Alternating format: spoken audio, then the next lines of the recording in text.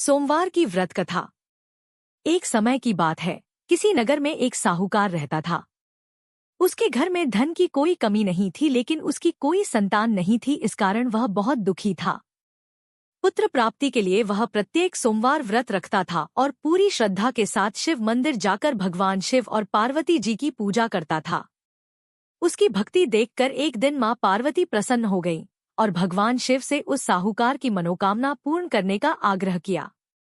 पार्वती जी की इच्छा सुनकर भगवान शिव ने कहा कि हे पार्वती, इस संसार में हर प्राणी को उसके कर्मों का फल मिलता है और जिसके भाग्य में जो हो उसे भोगना ही पड़ता है। लेकिन पार्वती जी ने साहूकार की भक्ति का मान रखने के लिए उसकी मनोकामना पूर्ण करने की इच्छा जताई।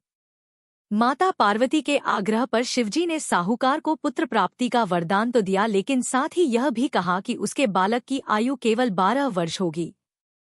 माता पार्वती और भगवान शिव की बातचीत को साहूकार सुन रहा था। उसे ना तो इस बात की खुशी थी और ना ही दुख। वह पहले की भांति शिवजी की पूजा करता रहा।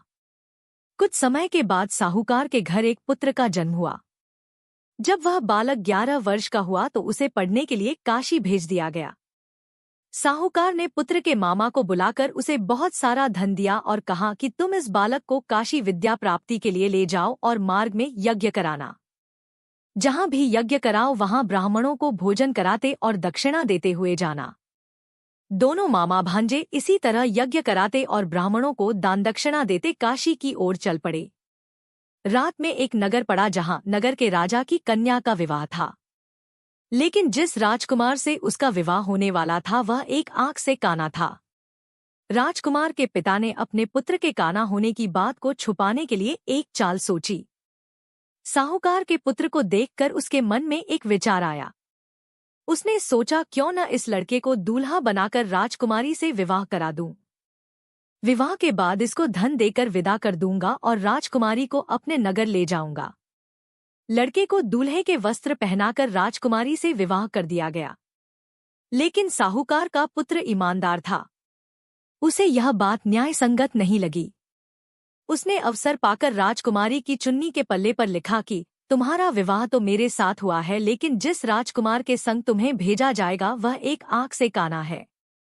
मैं तो काशी पढ़ने जा रहा हूँ। जब राजकुमारी ने चुन्नी पर लिखी बातें पढ़ी तो उसने अपने माता पिता को यह बात बताई।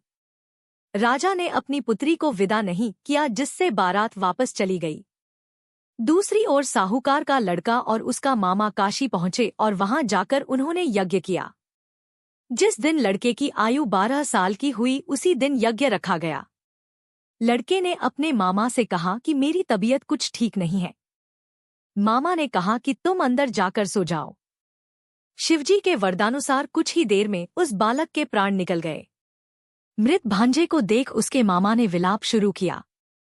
संयोगवश उसी समय शिवजी और माता पार्वती उधर उधर से जा रहे थे। पार्वती ने भगवान से कहा, स्वामी, मुझे इसके रोने के स्वर सहन नहीं हो रहा। आप इस व्यक्ति के कष्ट को अवश्य दूर करें। जब शिवजी मृत बालक के समीप गए तो वह बोले कि यह उसी साहूकार का पुत्र है जिसे मैंने 12 वर्ष की आयु का वरदान दिया। अब इसकी आयु पूरी हो चुकी है। लेकिन मातृभाव से विभोर माता पार्वती ने कहा कि हे महादेव, आप इस बालक को और आयु देने की कृपा करें, अन्यथा इसके वियोग में इसके माता पिता भी तड़पत्र कर मर जाएंगे। माता पार्वती के आग्रह पर भगवान शिव ने उस लड़के को जीवित होने का वरदान दिया। शिवजी की कृपा से वह लड़का जीवित हो गया। शिक्षा समाप्त करके लड़का मामा के साथ अपने नगर की ओर चल दिया। दोनों चलते हुए उसी नगर में पहुंचे जहां उसका विवाह हुआ था। उस नगर में ही उन्होंने यज्ञ का आयोजन किया। उस लड़के के ससुर ने उसे पहचान लिया और महल में ले जाकर उसकी खातिरदारी की और अपनी पुत्री को विदा किया।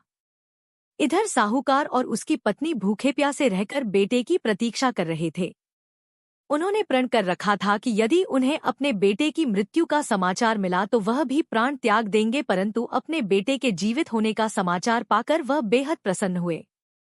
उसी रात भगवान शिव ने व्यापारी के स्वप्न में आकर कहा, हे श्रेष्ठी, मैंने तेरे सोमवार के व्रत करने और व्रत कथा सुनने से प्रसन्न होकर तेरे पुत्र को लंबी आयु प्रदान की है। इसी प्रकार जो कोई सोमवार व्रत करता है या कथा सुनता और पढ़ता है उसके सभी दुख दूर होते हैं और समस्त मनोकामनाएं पूर्ण होती हैं।